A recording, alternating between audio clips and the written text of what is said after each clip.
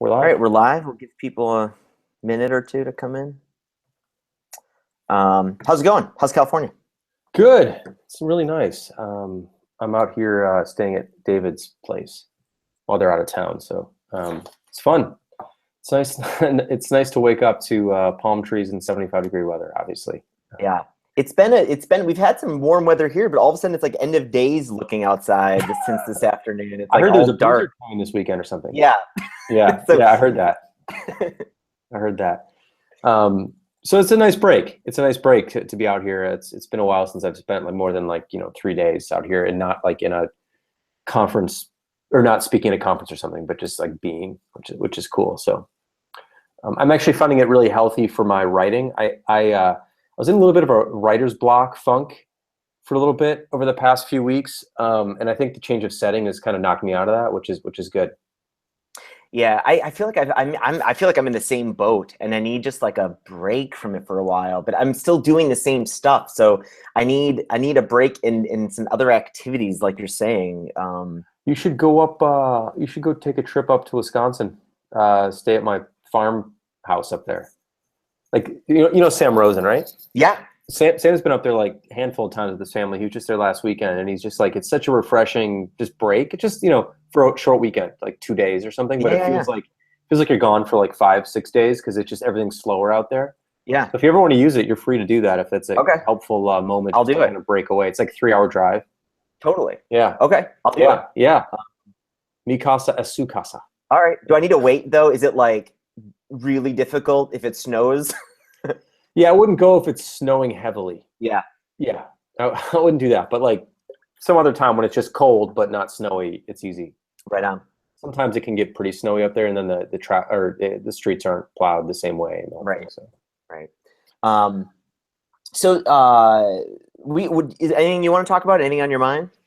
Well, it's funny. So I wrote this post up yesterday about how we work, our process, our 6-week cycles, and big batch and small batch, and that we don't have project managers and all this stuff. And the response has been kind of overwhelming. It's been very interesting to see how hungry people are just to hear about how other companies work. And it just reminds me of like the early days when we started writing. We started sharing this stuff 10 years ago, 15 years ago, like how we worked, and wrote a few books about it. And it's been a while since we've shared that. So the thing that's been interesting to me is specifically around the response. The responses have been interesting, specifically around the idea of, but what happens if? There's always like but what happens if it's a big project? Or what happens if someone changes their mind in the middle? Or what happens if, and I always find those questions to be interesting because they're very real. Like things do happen and things do change and things do go wrong and everything.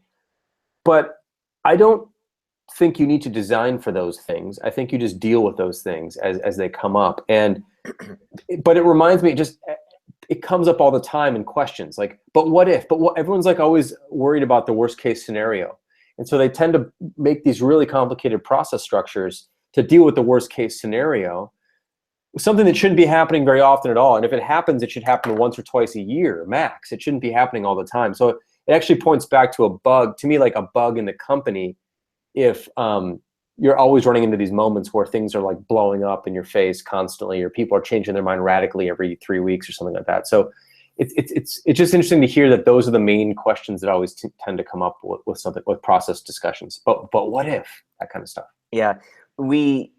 Yeah. I mean, you see that in even in like starting a business or there's always these weird hypothetical questions that are like, I remember a friend of mine, he wanted to start this business, and it was just like, I was like, start. I mean, what's stopping you from doing this thing today? And it was full of all these like what ifs, like, well, what if I get 5 customers? I don't have the resources. And it's just like, you don't have any customers now. Why are you pretending to 5? Like, yeah, that I think it's gonna be hard for you to get the 1. And if you get the 1, then you'll deal with what happens after that. But I think it's a natural way to sort of talk yourself out of change, which is a very natural thing to do. I'm sure I do it all the time in other realms. But I think it's just like if you can't imagine how you'd handle something in a situation that you remember happening once or something, then it's easy to go, well, we can't do this because we don't, it's not well thought through enough or whatever. And I think a lot of the stuff you just deal with it contextually if it comes up, and if it comes up a lot, then there's some more fundamental problem. Specifically, like if people are just like radically changing their minds 3 weeks in on everything all the time, or you're constantly like coming up on the end of a project and it's nowhere near being done, like then there's just other deeper concerns to deal with. It's not the process that's broken. There's something else deeper. So anyway, it's just an observation I thought was I would share on the call here. Yeah, that's sort of what people are tripped up about sometimes. Yeah. So something that's been on my mind, I wanted to get your feedback on. I'm still stuck in this situation where like, I'm just kind of curious, like what your thoughts these days are on. We've talked, I think even maybe in the previous episodes, a little bit about pricing and plans. And I'm curious what your thoughts are on this these days. Like, I feel like some of High-Rise's biggest competition, they're trumpeting the fact that they are free. And it's kind of a head fake, because when you really look into it, even a lot of people will be like, oh, but they're free. But when you look into what they're really saying, it's like, well, they provide a free plan. And if you start using it heavily, or you want to get into the bulk email and do some more email marketing with them, well, then all of a sudden, like, things aren't free and it gets very expensive. But like, they really lead with this, like, we are free, get inside and use it.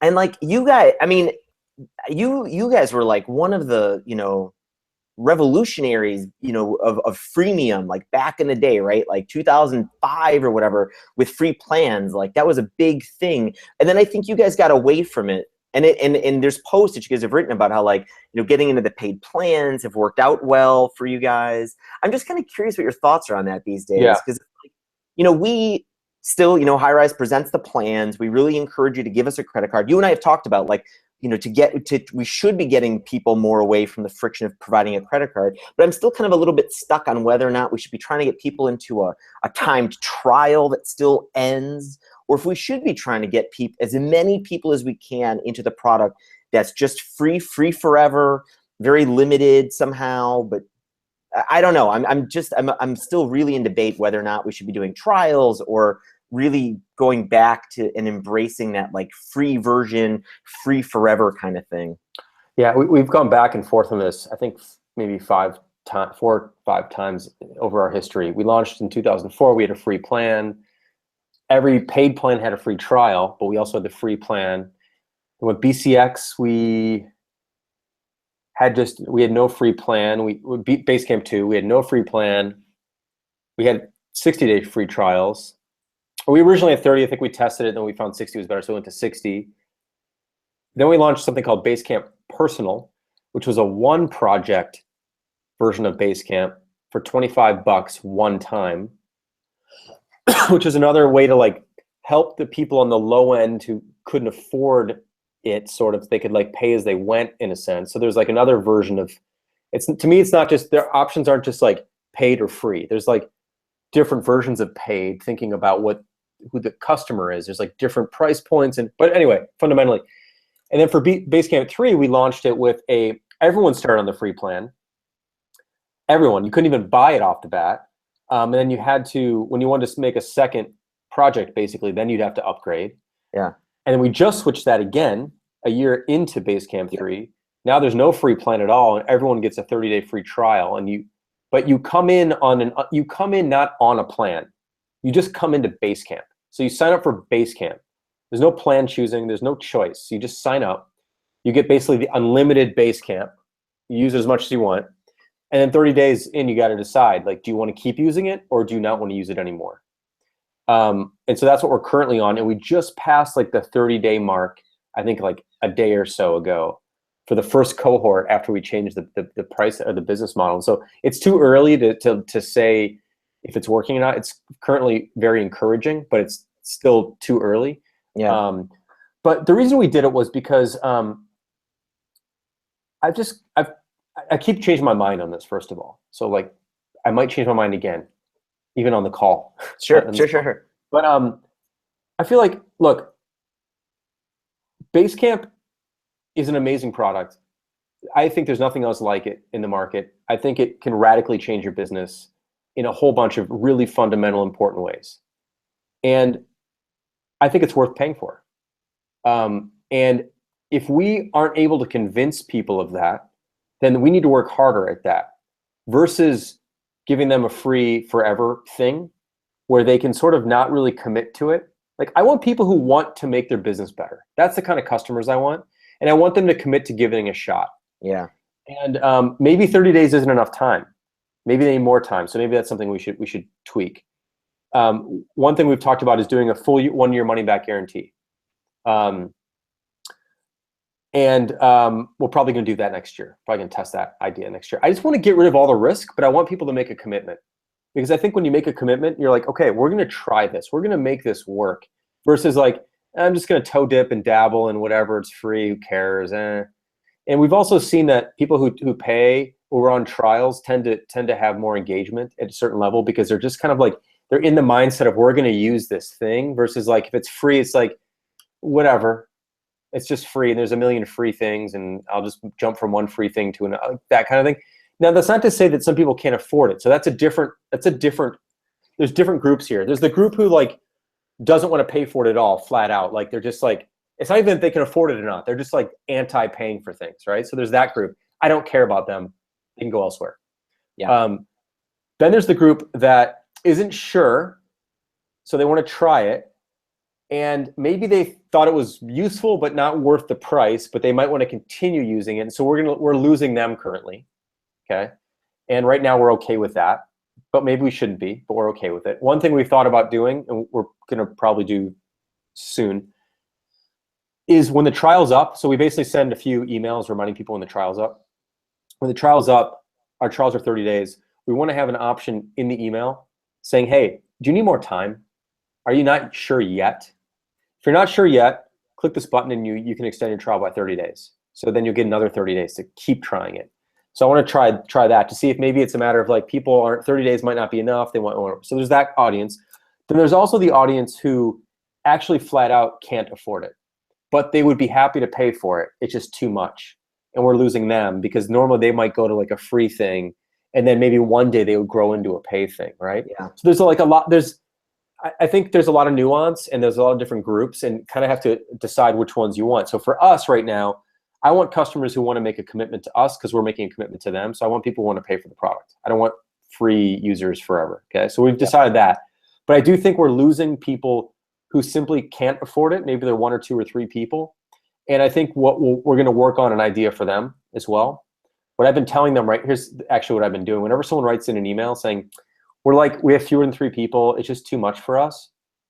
I'll say, I'll tell you what, first of all, I get it. I'll tell you what, sign up, use it for 3 months. At the end of 3 months, I will email you, I'll set a reminder, and I'll email you and ask you if you want your money back. If you do, I'll pay you your money, give you your money back. So like, we don't have a published 90-day free refund thing, but like, I just want to let them know, like, please just try it. There's no risk, really, truly. If you don't think it's valuable enough in 90 days, I'll give you your money back. I think you're going to find it really valuable, and I think you're going to look back and go, this is a great deal. But if you don't, money back, no questions asked. So I've been starting to do that. I don't know, the cohort hasn't been 90 days, so I don't know. So I just think there's like different ways to handle this. So like, I don't have an easy answer. Yeah. My feeling with you, as we've talked about before, is there's enormous potential for you to move the credit card request to the end. Totally. I think you would see a significantly different shift. I think you're probably putting up a wall. Prices are not actually the wall. The wall is, I need your credit card up front. That's the wall. I think everyone's balanced, or not everyone. Obviously, not everyone. Business is good, but you're probably losing a lot of people who would give it a shot if they didn't have to commit. Because even though they're not paying, it's still a commitment. Giving your credit card's a commitment. Yeah. I would still shift that. I would shift it. Totally. By the way, the other thing I want to mention here about this, I've talked about this with Ryan. Ryan brought up some really good points around this. For those who are watching, Ryan's kind of strategy guy here at Basecamp. The nice thing about not having a free option is that you know what each customer's status is. So for example, if someone's paying, I know they're a paid customer. If they decided not to pay, I know they're not a customer yet. And I can then talk to them in a different way.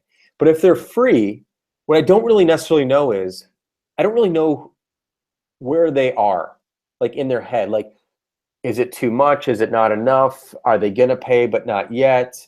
Do they just want to use it for free because they only need one project? Like, I don't, it's hard to really talk to them because they haven't gone into like, they haven't represented their intent compared to someone who's paid or decided not to pay. If they went to if their trial ended, they went to the payment screen and they just decided not to, like, we can track that and we can then send them a different kind of email like 5 days later and go, hey, what did we do wrong? What can we do to help you with this?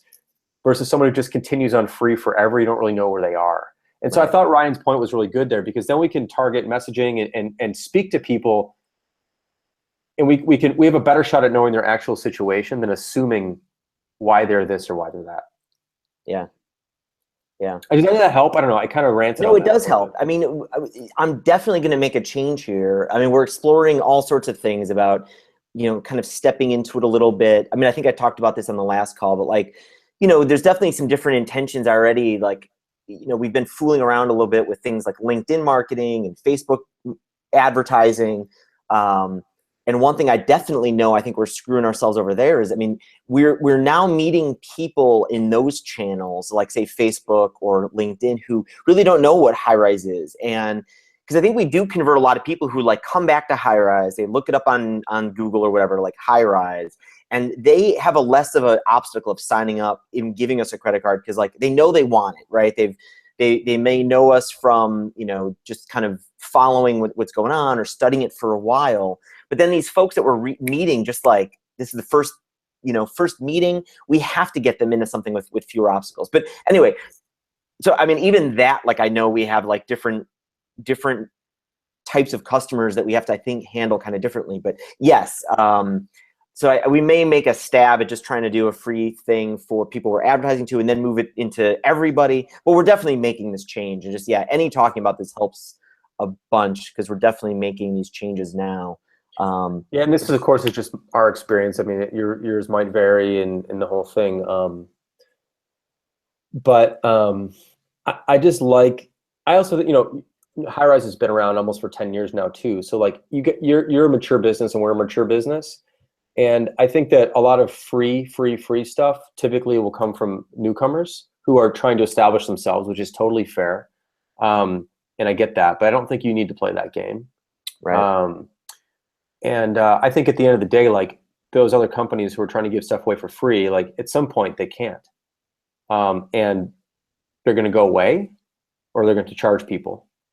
And then someone else will come in and undercut them and offer something for free. So it's like, you got to build a business that's not based on free, in my opinion. So, there's only so long you can give away free samples before you're can't afford to anymore. Yeah. We'll start a lot of these companies. It's funny, like people ask us this over like, every time something new comes out that's like Basecamp, like a Basecamp killer, and it's free and it's cheaper and the whole thing.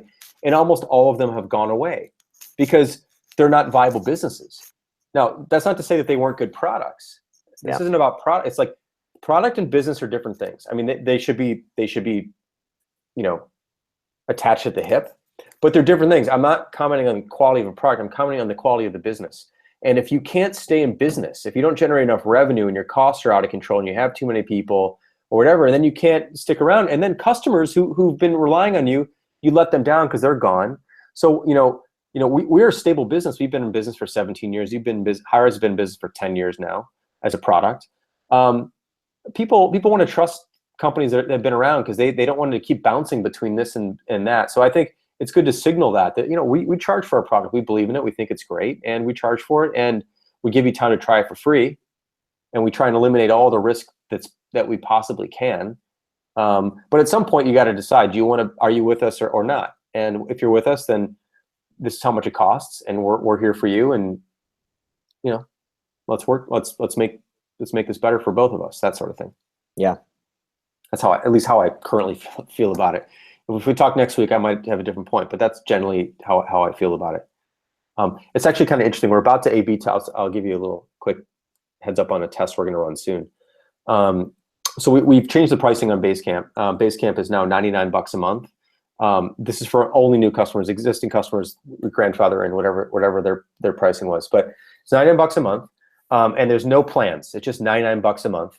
Or if you want to pay in advance for a year, it's $1,000 a year, so it's about 80 something dollars a month. I think it's 83, wherever that is. Anyway, so there's no plans. You're in or you're out, basically, and it's unlimited. So you can make as many people as you want, as many projects as you want, as many clients as you want. We don't even track storage.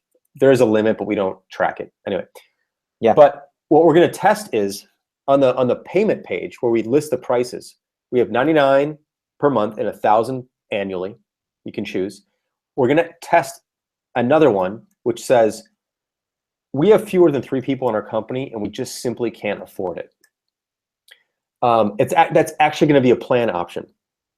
So right now, what would happen is if you had that in your mind, like you see the pay, like you would just bounce, and we would learn nothing. I would know nothing about why you bounced. There's no option for you to say no. And pricing across every product I've ever seen, pricing it's always yes or bounce, right? Yeah. So we want to have basically a no that is really a yes, and that you'll say like you'll self-identify like we're small, I can't afford this. You're gonna hit something, and we're gonna basically say, okay, here's the deal. We get it. This is like what I've been emailing people. Like, we get it. How about this? Normally we give people 30 days to try it. Sign up right now. Pay $99 a month. Give it a shot for 90 days, and we're gonna send you an email with a single button at that point asking if you want your money back. Like, we want to eliminate all the possible risk for you if you're small. We really, truly believe that you're going to see this as a great deal, one of the best investments you'll make in your business. But if you don't, you'll get your money back. And I'm curious about how many, so they're basically still signing up for the normal plan, but we're giving them a release valve for their feeling about it. And I'm really curious to see what that signals to us. Like, how many of our customers would we probably have lost who would not have signed up because they would have bounced that we wouldn't have known about? Also, how many of our customers are these small businesses that maybe we could have set up a separate plan for them at some point where there's this overwhelming demand for companies under 3 people. Maybe that allows us to do a different plan just for them, that sort of thing. But I've never seen anyone do this before, and I'm really curious to see how the test Me too. out. Yeah. That's awesome. So any news from the launch so far? Any lessons from, any split tests you guys have done on the new homepage yet? Yeah. So we've gotten some really good, interesting stuff. So we did a test on the homepage of Basecamp.com where we have the one if you go to today, that's the one we launched with. And then for a while we're running another test, which was just customer quotes. The current page you see performed better, I think by 8% or something on signups. So like a significant, I think it was 8%. Might be wrong. 8.5. I might be mixing up 2 tests, but anyway, point is that the current one you see today, if you go to basecamp.com, was the winner of that, and that was the original design. So we did that. The next, actually, I'm wrong. The 8.5% is something else. Anyway, I'll tell you what that one is in a second. The homepage you see today won on the first test that we did. The next thing we explored is, on launch, we had a single screen which had pricing and sign up on the same screen. So it's like, here are the prices, sign up. Then we split test. We did an A/B test where we separated those 2 pages, where you had a sign up page and a pricing page separate, right? That was the one that if we separate the pricing and the sign up page, signups went up, or it performed 8.5% better when we split pricing. We took pricing off of the sign up page, basically. So now we have 2 pages. We have a pricing page, and now we have a sign-up page. And now we're going to explore a variety of options of design ideas around the pricing page. That's the next thing we're going to explore, like different layouts for that, different ways of explaining it. One thing we did on the new one is, if you go to basecamp.com today and you look up, there's a pricing link. We used to just highlight the price, which is $99 a month, but now we're highlighting that there's 2 other things we do. Basecamp is free for teachers and students, and we have half off for nonprofits. So we're sort of now elevating those. They're not plans you can choose from. It's just information that's there. So we're sort of curious to see if that has any impact on signups. Anyway, so yeah, moving pricing off the free signup trial, moving pricing off the trial signup page had a pretty significant effect. And then the current homepage performed better than the other one. We're about to do some internal app tweaks as well on the buy page where you actually buy Basecamp. So got it. Maybe. And when you measured the changing, what's that? We won't have these other ones probably for a few weeks to share, but because they take 30 days to. Got it. Those are actually true conversion signups. So the numbers I've been sharing with the 8.5, those are just signups for trials. And the in-app stuff is more like actually becoming a customer. And those in-app takes 30 days because you have to sign up and you get 30 days to make it to decide. So those tests just take longer. Yep. Yeah, those are more complicated. Yep. Yeah. But hopefully soon enough I'll be able to share some of those. Cool. Oh man, I was gunning for the testimonial one. Me too. It didn't. There's a variety of things, reasons, like theories as to why. But it didn't pan out. We still have testimonials on the homepage, but they're just not the only thing that's there. So I think part of what that means is that, well, there's actually too many variables to decide, because when we just had quotes, we lost the video, we lost the illustration at the top, we lost the letter that I wrote. There's a lot of things. We lost like 3 units of things. So I don't know which one of those necessarily was the one, but we could always back test and just take one off at a time and see what it was. But anyway, whatever. Yeah. Any other lessons from launch? You guys also did a lot. I mean, you guys made a lot of changes, not just to the price of the homepage, but you also now are doing all this stuff about onboarding inside. Has there been any kind of lesson learned from kind of the onboarding experience, or evidence that made a change or dent or anything? Yeah, so there has been some, and I have to go back and look exactly, but there's been some really encouraging signs. So we had some theories. So everything you design something and you have a theory, and then you test the theory. And one of the theories is that we thought there'd be people would what's the right word for this? I don't know, would use Basecamp more or something if we help them set up their first initial few things. So for example, when you sign up for Basecamp today, we now have a new, you enter your stuff and there's another step which says there's basically, I think there's 8 or 10 check boxes in 2 groups. One is, do you have any of these teams at your company? And it's marketing, customer service, designers, or whatever. And if you just check those boxes, what we're basically doing is we're creating blank teams for you already. We're not telling you we're doing that. We're just asking you a question. Do you have any of these things? And most people are like, yeah, I've got this, this, this, and this. And then we say do you have any ongoing projects in your company that are like this? We have new product launch, planning an event, whatever. And people can fill this stuff out before they actually see the product. They just fill. And what we found is that people are doing this. And I don't remember the percentages, but what's nice about this is that when they land on the homepage, rather than having a blank page with nothing on it, they're now landing on a page that has things that they recognize that they already have in their own business. So they're getting they're oh, I see how this works. There's my customer service team, and there's my sales team, and there's my wedding planning project, and there's my product launch okay, I get it. So by helping people get set up before they see the product, engagement has gone up, and there's been some really promising signs around that. Also, I believe, Noah might smack me in the face if I say this wrong. I think I might be wrong about this, but I believe people are inviting people a bit earlier now as well, which is, or maybe no, I got that wrong. There's something about, I can't remember what it is, but I have to go look back. Maybe next show I'll share. Actually, next show I'll share some specifics. I didn't prepare any of those specifics, but there's been very promising signs, and the theory we had seems to be paying off, which is that if we help people establish their company in Basecamp, their company structure in Basecamp early, and we don't have to make them imagine how to do it. It's just we ask them a few questions and it does it on its own. Then there's higher engagement and a better early initial experience. So we're seeing that. That's awesome. We also saw a lot of people really happy about the HQ. Just as anecdotally, just people hadn't even considered that Basecamp could be used as a company-wide communication tool. It just never even dawned on them. For us, it's been so obvious, but for them. Right. So by creating an HQ for people, That was a big deal for them. They hadn't even thought about that. So there's a variety of little things that we've been seeing. So far, so good. The big question is the price change working or not? We're like on the cusp of figuring that out. And we'll see and adjust if we have to. That's awesome. Cool. Cool. Next time you should do more talking. I talked a lot, so That's next fine. time I'm going to ask all the questions. All right, that sounds good. Cool. Next week. Cool. Next week is Thanksgiving. You want to do it? Oh, right. We can do it on Wednesday maybe if you want to, or push it a week. I'm free. I mean, do you think people are around?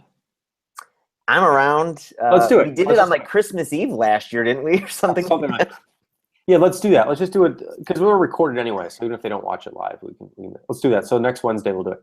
Cool. All right. All right, sounds good. Have Adios. a great rest of the week, man. Have a Thanks, good week. man. You too. Have a good weekend as well. Bye. See ya. Bye.